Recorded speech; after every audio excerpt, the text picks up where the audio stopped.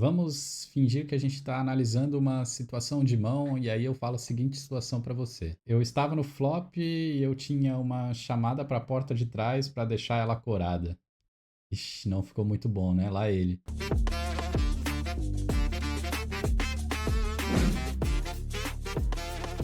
E se o poker fosse traduzido 100% para o português? Se você estudou só um pouquinho de poker, você já vai entender que a maioria dos termos são falados todos em inglês. Tipo, mancar, chamada para a porta dos fundos, aposta do burro, ou enfim, diversos outros termos aí podem ficar bem engraçados.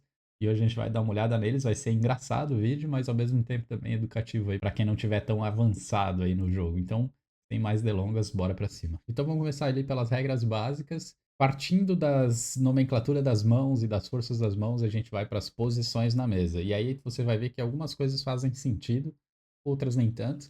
Mas, enfim, é importante entender aí as traduções e entender o que são as posições da mesa, né? Vamos lá.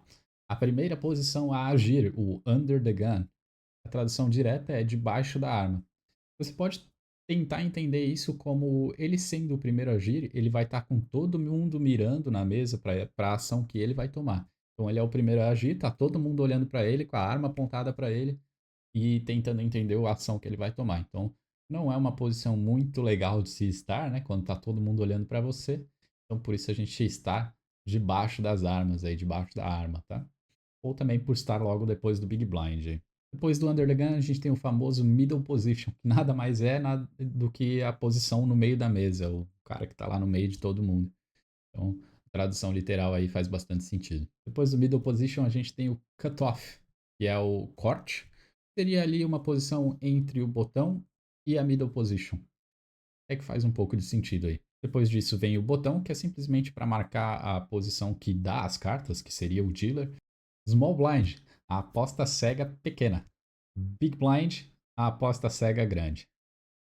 E aí, até aqui tudo bem. Provavelmente você já conhecia todas essas palavras, já conhecia essas partes do jogo, mas vamos a alguns outros termos que talvez você não conheça ou que sejam bem engraçados ou que façam sentido. Bora lá.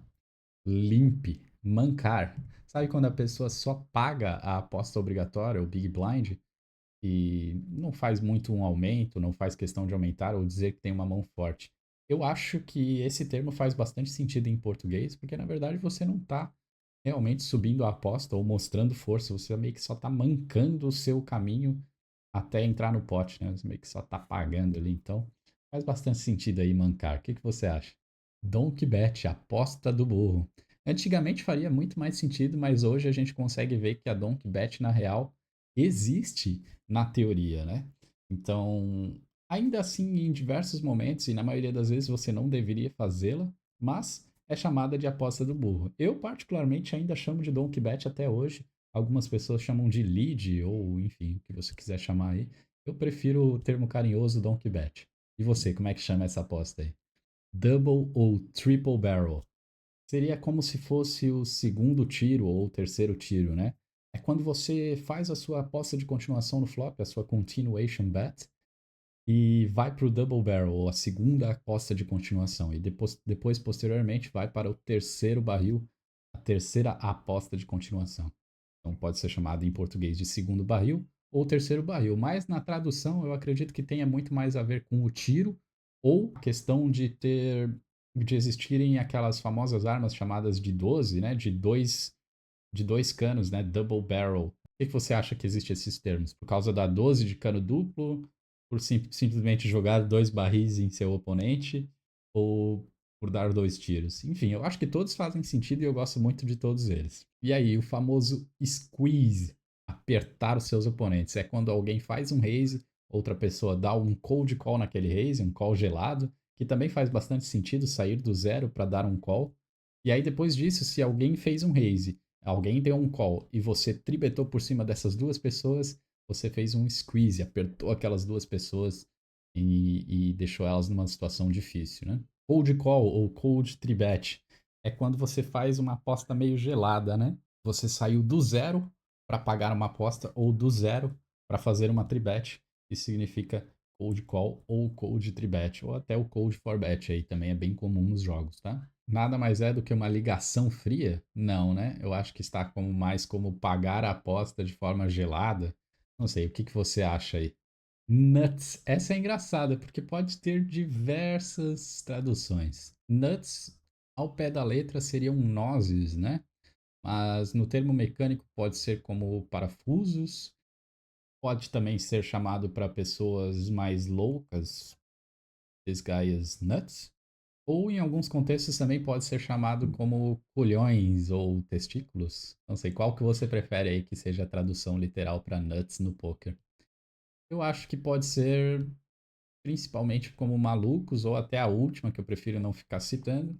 Enfim, o que que você acha que faz mais sentido aí? Vamos fingir que a gente está analisando uma situação de mão, e aí eu falo a seguinte situação para você. Eu estava no flop e eu tinha uma chamada para a porta de trás para deixar ela corada. Ixi, não ficou muito bom, né? Lá ele. Bom, aqui a gente estava falando do backdoor draw, o backdoor flush draw. All in, tudo dentro. Essa é fácil, né? Bluff, enganar, mentir, e assim a gente finaliza o nosso vídeo. Ah, e se vocês quiserem uma parte 2 desse vídeo, deixa aí nos comentários também, porque eu me diverti bastante fazendo esse vídeo, adoraria fazer mais um. Se vocês gostarem, engajarem bastante aí, quem sabe a gente faz mais um vídeo, trazendo mais termos aí do tipo tilt, cooler, kicker, fish, whale e por aí vai. Tem muito termo em inglês, a maioria do poker é feito em inglês aí. Então tem mais um ou dois vídeos aí para fazer nesse formato. Se vocês gostarem, me avisa. E aí, qual foi a tradução que você mais gostou, a mais engraçada? Comenta aí, deixa nos comentários, quero bastante interação nesse vídeo. Se gostou desse formato de vídeo um pouco mais descontraído, deixa o like, se inscreve no canal e a gente se vê na próxima.